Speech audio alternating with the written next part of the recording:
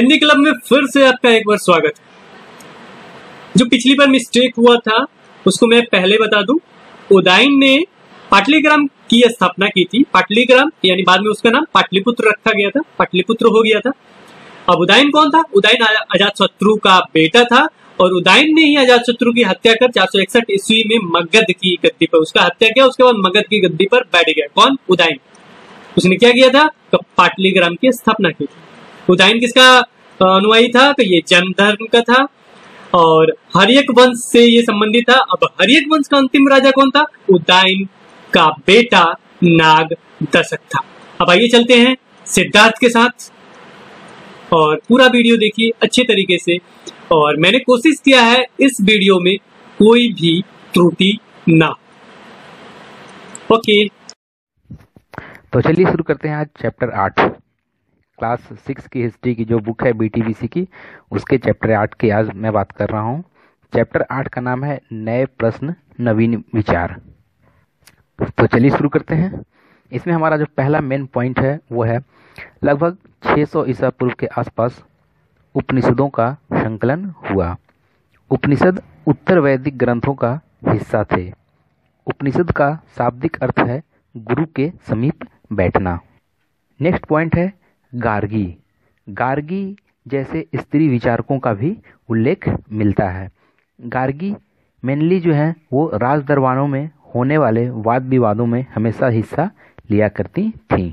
चलिए हम next point की ओर बढ़ते हैं। नेक्स्ट पॉइंट हमारा है बुद्ध का जन्म। बुद्ध का जन्म जो है वह 563 ईसा पूर्व में नेपाल की तराई में स्थित कपिलवस्तु के लुम्बिनी वन में हुआ था। क्लियर है ये? नेक्स्ट हमारा जो मेन पॉइंट है वो है कि बुद्ध के पिता का नाम सुदोधन था और माता का नाम महामाया था। इनका विवाह अर्थात बुद्ध का विवाह यशोधरा से हुआ था। महात्मा बुद्ध ने अपना पहला उपदेश सारनाथ में दिया था। महात्मा बुद्ध का जो पहला उपदेश है वह वो सारनाथ में दिए थे और यह घटना जो है वह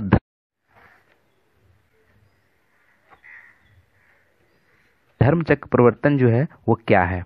तो यह क्या है? यह महात्मा बुद्ध का पहला उपदेश को ही हम लोग धर्मचक्र प्रवर्तन कहते हैं। 80 साल की आयु में 483 ईसा पूर्व में कुशीनगर गोरखपुर में इनका मृत्यु हो गया था। नेक्स्ट पॉइंट है मगध के राजा बिंबिसार उनके प्रमुख अनुयायी थे। प्रश्न पूछता है कभी कभी कि मगध के राजा जो है बिंबिसार वो किसके अनुयायी थे? तो मगध के राजा बिंबिसार जो है वो महात्मा बुद्ध के अनुयायी थे। अगला पॉइंट है जैन धर्म। जैन धर्म के संस्थापक ऋषभदेव थे। अगला पॉइंट है 23वें तीर्थंकर पार्श्वनाथ जो काशी के अश्वसेन के पुत्र थे। 24वें और अंतिम तीर्थंकर महावीर थे। महावीर का मूल नाम वर्धमान था। इनका जन्म 540 ईसा पूर्व में वैशाली के निकट कुंड ग्राम में हुआ था। इनके पिता सिद्धार्थ जातक क्षत्रिय कुल के प्रधान थे। इनकी माता तिरसला वैशाली की लिच्छवी राजकुमारी थी। महावीर का विवाह जो है वह यशोदा नामक राजकुमारी से हुआ था। 72 वर्ष की उम्र में 468 ईसा पूर्व में पावापुरी में महावीर का मृत्यु हो गया। जैन धर्म से संबंधित एक और मेन पॉइंट है वह है जैन धर्म का 3 मार्ग, जिसे त्रिरत्न के नाम से भी जाना जाता है। पहला है सम्यक दर्शन, दूसरा है सम्यक ज्ञान, तीसरा है सम्यक चरित्र। तो दोस्तों ये थी चैप्टर की मेन पॉइंट्स। अब चलिए मैं आपको एक्सरसाइज की ओर लेकर चलता हूँ। यहाँ हम सबसे पहले वस्तुनिष्ठ प्रश्नों को हल करेंगे। हमारा पहला जो क्वेश्चन है वो है गौतम बुद्ध का जन्म कब हुआ था? ऑप्शन 4 दिए हुए हैं। तो हमारा सही ऑप्शन जो है वो क्या है? 563 ईसा पूर्व। अगला क्वेश्चन है जैन धर्म के संस्थापक कौन थे? तो हमारा सही ऑप्शन है जैन धर्म के संस्थापक कौन थे? तो जैन धर्म के संस्थापक ऋषभदेव थे। अगला क्वेश्चन है महावीर ने कब निर्वाण या मृत्यु प्राप्त किया? कहने का मतलब है निर्वाण अर्थात मृत्यु। निर्वाण जो है वो मृत्यु को ही कहा जाता है। तो महावीर की मृत्यु 468 ईसा पूर्व में हुई। अगला प्रश्न है जल मंदिर कहाँ अवस्थित है? तो जल मंदिर जो है वो पावापुरी में अवस्थित है। उसके बाद इसमें फिल इन द ब्लैंक्स है। पहला जो फिल इन द ब्लैंक्स का क्वेश्चन है वो है, महात्मा बुद्ध ने अपना पहला उपदेश सारनाथ में दिया, यह घटना खाली स्थान कहलाता है। तो महात्मा बुद्ध का पहला उपदेश सारनाथ में दिया था और यह घटना किस नाम से जाना जाता है? यह घटना धर्मचक्र प्रवर्तन के नाम से जाना जाता है। दूसरा जो फिल इन द ब्लैंक्स है वो है, बुद्ध ने जीवन जीने के लिए खाली स्थान अपनाने की सलाह दी है। तो बुद्ध ने जीवन जीने के लिए अहिंसा अपनाने की सलाह दी है। ओके, नेक्स्ट हमारा जो है वो है, नचिकेता की कहानी कहाँ से ली गई है? तो नचिकेता की कहानी जो है वो कठ उपनिषद से ली गई है। नेक्स्ट क्वेश्चन है, उपनिषदों में खाली स्थान विषयों पर चर्चा मिलती है। उपनिषदों में जो है वो आत्मा, परमात्मा एवं ब्रह्मा विषयों पर चर्चा मिलती है। अगला क्वेश्चन जो है वो थोड़ा कंफ्यूजनल है, इसलिए मैं इसको छोड़ रहा हूँ। अगला है, बौद्ध और जैन धर्मों के अनुयायी खाली स्थान मांगकर खाते थे। तो बौद्ध और जो जैन धर्म के अनुयायी थे वो प्रायः भिक्षाटन करते थे और वो भिक्षा मांगकर खाते थे। तो ये थे हमारा फिल इन द ब्लैंक्स के क्वेश्चन। आइए मैं आपको सुमेलित करने वाले प्रश्नों की ओर ले चलता हूँ। सुमेलित करने वाले पहला प्रश्न जो है उसमें पहला ऑप्शन है बोध गया। तो बोध गया का सही मिलान होगा, महात्मा बुद्ध से संबंधित है बोध गया। दूसरा है गार्गी। गार्गी क्या थी? गार्गी एक प्रमुख स्त्री विचारक थी। त्रिरत्न, त्रिरत्न हमारा जैन धर्म से संबंधित है। अगला त्रिरत्न था, त्रिरत्न जैन धर्म से संबंध रखता है। विचारों का संकलन जो है वह उपनिषद में मिलता है। और बिंबिसार कौन था? तो बिंबिसार बौद्ध धर्म का अनुयायी था। तो इस तरह से हमारा जो है वो चैप्टर 8 समाप्त होता है। चलिए अब चैप्टर 9 शुरू करते हैं। चैप्टर 9 है प्रथम साम्राज्य। 273 ईसा पूर्व अपने पिता बिंदुसार के बाद अशोक मगध साम्राज्य का सम्राट बना। उच्च पदाधिकारी जो है वो अमात्य कहलाते थे। इस काल में जो है आय का मुख्य स्रोत भू राजस्व था। यह कुल उत्पादन का 1/6 भाग या 1/4 भाग होता था। अगला पॉइंट है अशोक का धम्म। धम्म जो है वो संस्कृत शब्द धर्म का प्राकृत रूप है।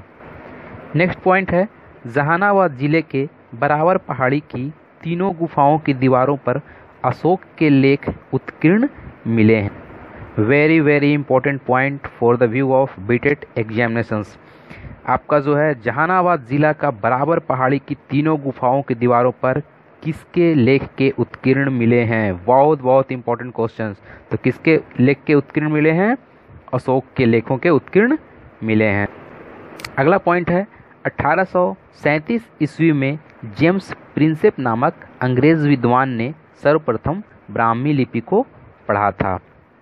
अगला है अशोक ने अपने प्रथम पुत्र महेंद्र एवं पुत्री संघमित्रा के नेतृत्व में अधिकारियों का एक दल श्रीलंका भेजा था। सारनाथ के स्तंभ के शीर्ष पर 4 सिंह बनाए गए थे। 26 जनवरी 1950 को जब गणतंत्र बना तो 4 सिंहों की इस बनावट को राष्ट्रीय चिन्ह के रूप में स्वीकार किया गया। हमारा अगला question Bihar TT examinations paper 2 के व्यू से बहुत इंपॉर्टेंट। बिहार के चंपारण जिले में रधिया ग्राम के निकट अरेराज नामक स्थान पर लौरिया स्तंभ दर्शनीय है। एग्जाम्स में क्वेश्चन कैसे पूछेगा कि अरेरेज नामक स्थान बिहार के किस जिले में अवस्थित है? तो ऑप्शन आंसर मेरा क्या होगा? बिहार के चंपारण जिले में स्थित है। ये थे इस चैप्टर के मेन पॉइंट्स। अब मैं आपको लिए चलता हूँ अभ्यास प्रश्नों की ओर। अभ्यास प्रश्न में हमारा वस्तुनिष्ठ प्रश्न इस चैप्टर में सिर्फ दिए गए हैं और कुछ सही गलत वाले प्रश्न हैं।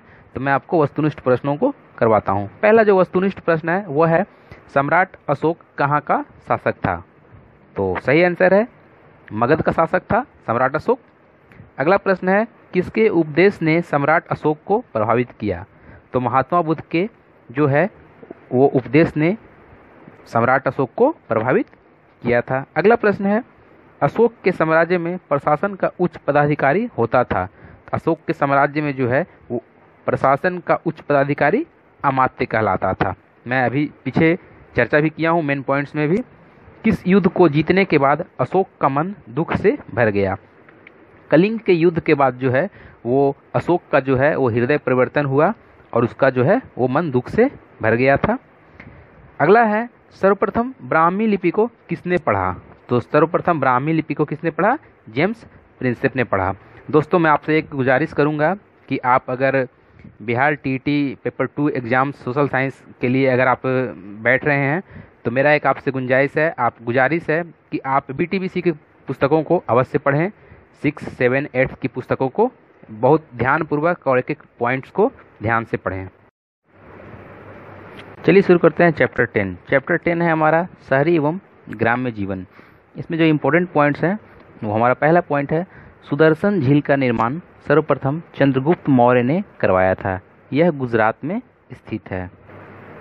इसकी जानकारी हमें रुद्र दामन नामक शासक के एक अभिलेख जूनागढ़ अभिलेख से मिलती है। अगला पॉइंट है, पुहार संगम काल का काफ़ी सुविधाजनक बंदरगाह था जो भारत के पश्चिमी तट पर स्थित था। ये थी इस चैप्टर की मुख्य बातें। अब मैं आपको अभ्यास प्रश्न की ओर ले चलता हूँ। अभ्यास प्रश्न में वस्तुनिष्ठ प्रश्न दिए हैं। पहला वस्तुनिष्ठ प्रश्न है, छोटे एवं स्वतंत्र किसानों को क्या कहा जाता था? तो छोटे एवं स्वतंत्र किसानों को गृहपति कहा जाता था। अगला प्रश्न है, संगमकालीन दक्षिण भारतीय संपन्न किसानों को क्या कहा जाता था? तो संगमकालीन दक्षिण भारतीय संपन्न किसान थे, उन्हें वेलाल कहा जाता था। अगला प्रश्न है, सुदर्शन झील का निर्माण सबसे पहले किसने करवाया? तो इसका सही ऑप्शन है चंद्रगुप्त मौर्य ने। अगला प्रश्न हमारा है, संगमकालीन व्यापारिक नगर कौन नहीं है? संगमकालीन व्यापारिक नगर कौन नहीं है? तो संगमकालीन व्यापारिक नगर जो है वो कन्याकुमारी नहीं है। तो इस तरह से इस चैप्टर में ये ऑब्जेक्टिव प्रश्न थे। तो इस तरह से ये चैप्टर का, चलिए शुरू करते हैं चैप्टर 11। चैप्टर 11 है सुदूर प्रदेशों से संपर्क। इसमें पहला पॉइंट है, मगध साम्राज्य के पतन के बाद शुंग वंश की स्थापना हुई। तो मगध साम्राज्य के बाद कौन सा वंश आता है? तो शुंग वंश आता है। इसके संस्थापक जो थे वो पुष्यमित्र शुंग था, जो अंतिम मौर्य सम्राट बृहद्रथ का सेनापति था। बैक्टीरिया के यूनानी शासक, ये इतिहास में इंडो ग्रीक के नाम से विख्यात है। सबसे प्रसिद्ध यूनानी यवन शासक मिनांडर था, जो बौद्ध साहित्य में मिलिंद के नाम से भी जाना जाता था। ये इंपॉर्टेंट पॉइंट है। एग्जाम्स में क्वेश्चन कैसे पूछेगा कि मिनांडर कौन था? तो मिनांडर कौन था? मिनांडर एक प्रसिद्ध यूनानी शासक था जो बौद्ध साहित्य में मिलिंद के नाम से भी जाना जाता है। नेक्स्ट पॉइंट है, बौद्ध ग्रंथ मिलिंद पन्हा में मिनांडर का बौद्ध भिक्षु नागसेन के साथ संवाद है। नागसेन के संपर्क में आने के बाद मिनांडर बौद्ध धर्म का अनुयायी बन गया। इसकी राजधानी शाकल, वर्तमान में सियालकोट, शिक्षा का प्रमुख केंद्र था। नेक्स्ट हमारा पॉइंट है वो है शक या यवन या यूनानी शासकों के संबंध में। तो इसमें पहला पॉइंट है, पतन के बाद सिथियन या शक शासकों ने अपनी सत्ता स्थापित की। रुद्रदामन महत्वपूर्ण एवं प्रसिद्ध राजा था। अगला पॉइंट है कुषाण। कुषाण जो है वो विदेशी आक्रमणों की श्रृंखला में कुषाणों का स्थान सबसे महत्वपूर्ण है। कुषाण यूची कबीला की एक शाखा थे। कुषाण कौन थे? तो कुषाण यूची कबीला की एक शाखा थे। भारत में इस वंश का प्रथम शासक कुजुल कडफिसस हुआ। ओके, इस वंश का सबसे महान शासक कनिष्क था। विद्वान अश्वघोष, पाशर्व, वसुमित्र, नागार्जुन रत्न थे। इस पॉइंट में आगे है बौद्ध धर्म का विस्तार। इसमें कुछ शैलियां हैं, आइए हम एक एक शैली को डिटेल्स में करते हैं। पहला शैली है शुंग शैली। शुंग शैली जो है वो भारहूत और सांची का स्तूप जो है इस कला का उदाहरण है। क्वेश्चन कैसे पूछेगा आपको एग्जाम्स में कि भारहूत और सांची का स्तूप किस शैली के उदाहरण है? तो किस शैली के उदाहरण है? शुंग शैली के उदाहरण है। अगला शैली है गांधार शैली। गांधार शैली, इसे इंडो ग्रीक शैली भी कहा गया है। क्वेश्चन पूछ सकते हैं कि इंडो ग्रीक शैली के नाम से किस शैली को जाना जाता है? तो इंडो ग्रीक शैली के नाम से गांधार शैली को भी जाना जाता है। हमारा अगला शैली है वह है मथुरा की शैली। मथुरा की शैली में कुषाण काल में मथुरा भी कला का एक प्रमुख केंद्र था। हमारा नेक्स्ट शैली है वो अमरावती शैली। आंध्र प्रदेश के अमरावती गुंटूर जिला से बुद्ध की कई मूर्तियां प्राप्त हुई हैं या मिली हैं। गौतम बुद्ध की सबसे विशाल मूर्ति अफगानिस्तान के बामियान में ही पहाड़ को काटकर बनाई गई है। क्वेश्चंस पूछ सकते हैं एग्जाम्स में कि महात्मा बुद्ध की या गौतम बुद्ध की सबसे विशाल मूर्ति कहाँ बनाई गई थी, यह कहाँ है? तो ये कहाँ? अफगानिस्तान के बामियान में ही पहाड़ को काट करके बनाई गई थी। तो ये थे हमारे चैप्टर्स के मेन इंपॉर्टेंट पॉइंट्स। आइए मैं आपको अब अभ्यास प्रश्न की ओर लेकर चलता हूँ।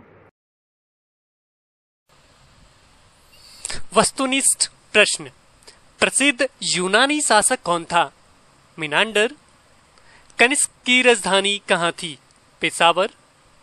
सुंग वंश का संस्थापक कौन था? पुष्यमित्र। अब इसके बाद सुमेलित करने वाले प्रश्नों पे चलते हैं।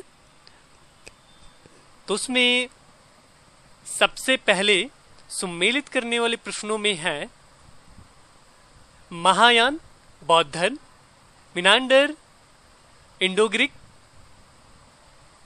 रद्रदामन, शक, स्तूप, सांची, मिलिंद, पन बौद्ध ग्रंथ से संबंधित थे। तो ये थे क्वेश्चन चैप्टर 11 के। अब चलते हैं नेक्स्ट चैप्टर 12 पे।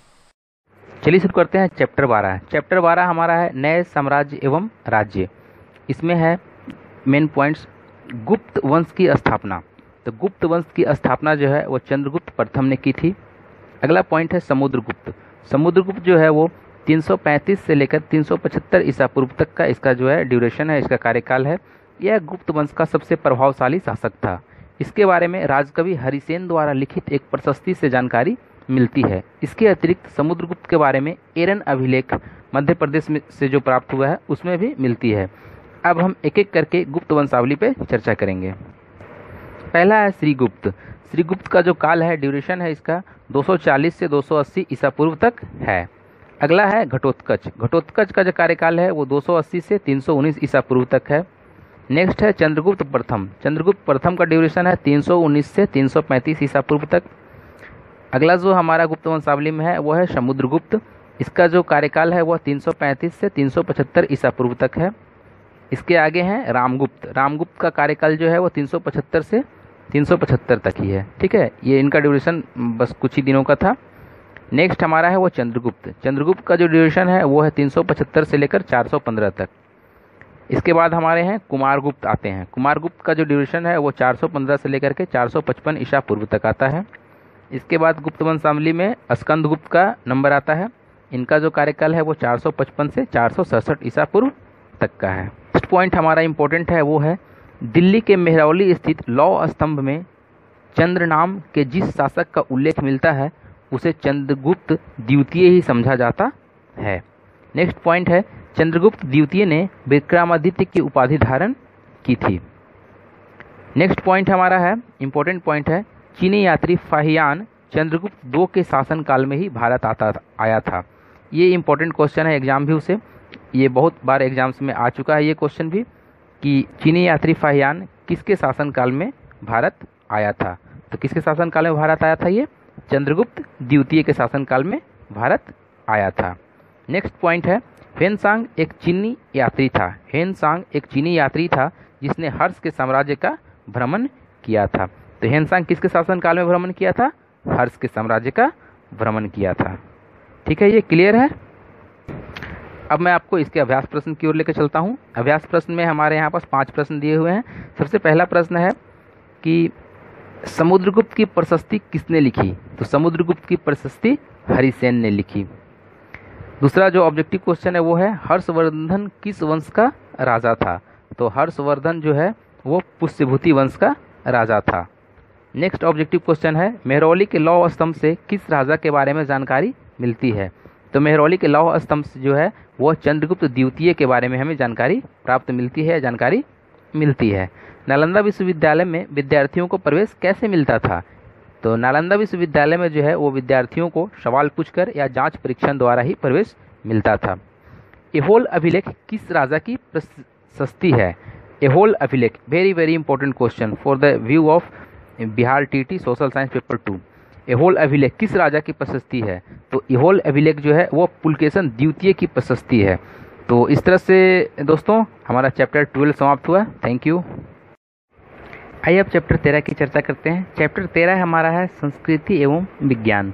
इसमें मेन पॉइंट्स को हम देखते हैं। पहला मेन पॉइंट्स है महानतम रचनाकार कालिदास हैं जिन्होंने कविता एवं नाटक दोनों ही क्षेत्रों में कई पुस्तकों को लिखा। इनकी रचनाएं ऋतु संहार, मेघदूतम, कुमार संभवम और रघुवंशम है। कालिदास की रचना अभिज्ञान शकुंतलम साहित्य और नाट्य कला दोनों ही दृष्टि से बेजोड़ हैं। नेक्स्ट पॉइंट है, शूद्रक नाम का एक नाटक था जिसके रचनाकार मृच्छकटिकम थे। बहुत इंपॉर्टेंट है ये कि मृच्छकटिकम या फिर शूद्रक जो है नाटक, उसके रचनाकार कौन थे। तो शूद्रक नामक नाटक के रचनाकार मृच्छकटिकम थे। मैं अभी चर्चा कर रहा हूँ, अभिज्ञान शकुंतलम जो है रिपीटेड क्वेश्चन है। अभिज्ञान शकुंतलम बार बार एग्जाम्स में बहुत बार आ चुके हैं, तो मैं भी हो सकता है कि हमारा बीटीएट में जो है वो शूद्रक पे फोकस करे कि शूद्रक नामक नाटक के रचनाकार कौन थे। ओके, नेक्स्ट हमारा पॉइंट है वो विशाखा दत्त से रिलेटेड है। विशाखा दत्त की दो इम्पोर्टेंट बुक्स थी। पहला बुक है मुद्रा राक्षस और दूसरा है देवी चंद्रगुप्तम। तो मुद्रा राक्षस जो बुक है, वो मुद्रा राक्षस में इसने चाणक्य की योजनाओं का विस्तार से वर्णन किया है। ओके, तो एग्जाम्स में क्वेश्चन इससे पूछ सकता है कि मुद्रा राक्षस जो पुस्तक है उसमें किस राजा की योजनाओं का विस्तृत वर्णन है या इसके लेखक कौन है। तो मुद्रा राक्षस के जो लेखक हैं वो हैं विशाखा दत्त और इसमें चाणक्य की योजनाओं का विस्तृत रूप से वर्णन है। हमारा नेक्स्ट पॉइंट है, वात्स्यायन का कामसूत्र भी इस कला का प्रसिद्ध लौकिक ग्रंथ है। एग्जाम्स में प्रश्न पूछे जाते हैं, रिपीटेड क्वेश्चन है ये कि कामसूत्र की रचना किसने की। तो कामसूत्र की रचना किसने की? वात्स्यायन ने की। नेक्स्ट पॉइंट हमारा है, गुप्त काल का सर्वोत्कृष्ट मंदिर झांसी यूपी जिले के देवगढ़ का दशावतार मंदिर है। यह वैष्णव धर्म से संबंधित वास्तुकला का महत्वपूर्ण उदाहरण है। तो ये थे इस चैप्टर के मेन इंपॉर्टेंट पॉइंट्स। अब आपको मैं अभ्यास प्रश्न की ओर लेकर चल रहा हूँ। अभ्यास प्रश्न में हमारा पहला प्रश्न है, ऑब्जेक्टिव क्वेश्चन है ये, पहला ऑब्जेक्टिव क्वेश्चन है, अभिज्ञान शकुंतलम की रचना कालिदास ने की, यह क्या है? अभिज्ञान शकुंतलम जो है की रचना कालिदास ने तो की है, लेकिन यह क्या है? तो यह एक नाटक है। ओके, अगला हमारा प्रश्न है ऑब्जेक्टिव, मंदिर के महत्वपूर्ण भाग जहां देवताओं की प्रतिमा रखी जाती थी, मंदिर का वो इम्पोर्टेंट हिस्सा जहां देवताओं की प्रतिमा को रखी जाती थी उसे क्या कहा जाता था या किस नाम से जाना जाता था? तो इसे गर्भगृह के नाम से जाना जाता था। अगला क्वेश्चन है, दशावतार मंदिर में किस देवता की प्रतिमा है? अभी मैं चर्चा किया हूँ जस्ट 1 मिनट पहले कि दशावतार जो मंदिर है वो गुप्त काल का सर्वोत्कृष्ट मंदिर था। झांसी यूपी के जिले में देवगढ़ का जो अवतार मंदिर है वह था। यह वैष्णव धर्म से संबंध रखता था। तो दशावतार मंदिर का जो संबंध है यह किस देवता से है? तो यह विष्णु देवता से है। अगला प्रश्न है, इनमें से सबसे पहले किस पुस्तक की रचना हुई? सबसे पहले किस पुस्तक की रचना हुई? सबसे पहले ऋग्वेद की रचना हुई। अगला प्रश्न है, इनमें से तमिल साहित्य कौन है? तो तमिल साहित्य इनमें से जो है वो है शिलपदिकारम। शिलपदिकारम जो है वो तमिल साहित्य से संबंध रखते हैं। तो इस तरह से ये था हमारा चैप्टर 13 के अभ्यास प्रश्न और इस तरह से चैप्टर 13 हमारा समाप्त हुआ। Thank you. चलिए शुरू करते हैं अध्याय 14। यह कक्षा 6 बीटीबीसी इतिहास पुस्तक की आखिरी अध्याय है। ये अध्याय जो है वह हमारे इतिहासकार के नाम से है। तो इसमें चलिए शुरू करते हैं। इसमें हमारे 2 मुख्य इतिहासकार हैं, पहला है केपी जायसवाल और दूसरा है एएस अल्केतर। तो चलिए केपी जायसवाल के संबंध में चर्चा करते हैं। केपी जायसवाल मिर्ज़ापुर यूपी के निवासी थे। इनका कर्मभूमि पटना रहा है। पेशे से ये वकील थे, परंतु इनकी ख्याति भारतीय इतिहास एवं संस्कृति के महान विद्वान के रूप में ज़्यादा हुई है। इनकी कुछ पुस्तकें हैं। इनकी जो पहली पुस्तक है वो है 1924 में इनकी एक पुस्तक आई थी हिंदू पॉलिटी के नाम से, जो काफ़ी पॉपुलर हुई थी। फिर उन्होंने 1930 ईस्वी में एक पुस्तक का विमोचन किया जिसका नाम था हिस्ट्री ऑफ इंडिया। तो हमारे इतिहासकार में जो केपी जायसवाल जी हैं, इनकी 2 मुख्य जो पुस्तक हैं, पहला पुस्तक है हिंदू पॉलिटी और दूसरा है हिस्ट्री ऑफ इंडिया। तो एग्जाम्स व्यू से ये पूछ सकता है प्रश्न कि केपी जायसवाल की पुस्तकों के नाम क्या हैं, या फिर पूछ सकता है ऐसा कि हिस्ट्री ऑफ इंडिया जो बुक है उसके लेखक कौन है। तो हिस्ट्री ऑफ इंडिया बुक है उसके लेखक कौन है? केपी जायसवाल जी हैं।